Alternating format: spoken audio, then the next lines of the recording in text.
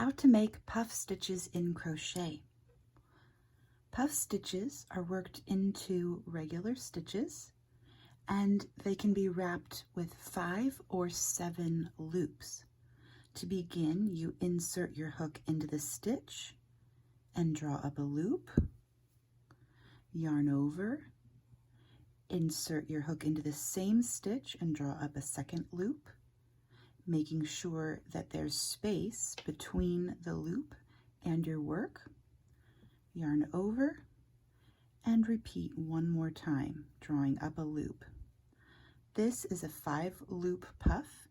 You have 1 loop on your hook, 5 loops after that from making this stitch, and 3 of these loops have gone into your stitch. So these are the 3 loops that went into the stitch, and the 2 other loops between were your yarn overs. Then you'll yarn over, pinch the base of the puff, and pull up on your hook so that there is space under the hook, and draw that loop all the way through all stitches. To finish off your puff, you'll do a chain stitch. That closes off the puff. So this is a 3-loop or a 5-stitch puff. The pattern might also call for a 4-loop or 7-stitch puff, where you go into the stitch and draw up a loop, yarn over, and repeat this 3 more times. Making sure each time I do this to give myself space so that I can easily draw that yarn through all of these loops.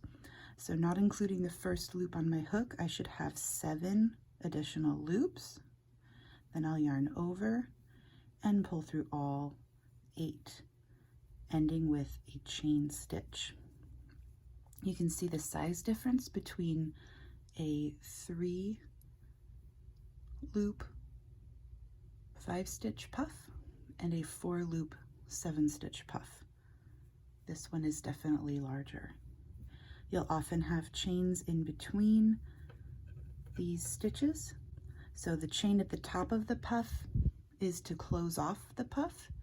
If your pattern has an additional chain, you would need to then chain 2 to go to the next space. Like so.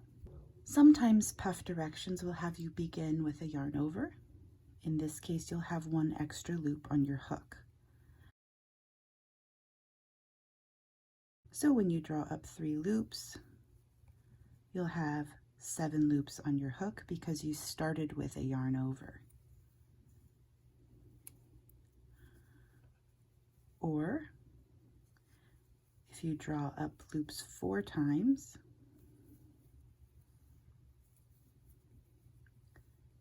you'll have 9 loops on your hook in total. 2, 4, 6, 8, 9, because you began with a yarn over. So it still produces puffs that look pretty much the same. So follow the directions in your pattern as to whether you'll begin with a yarn over or not.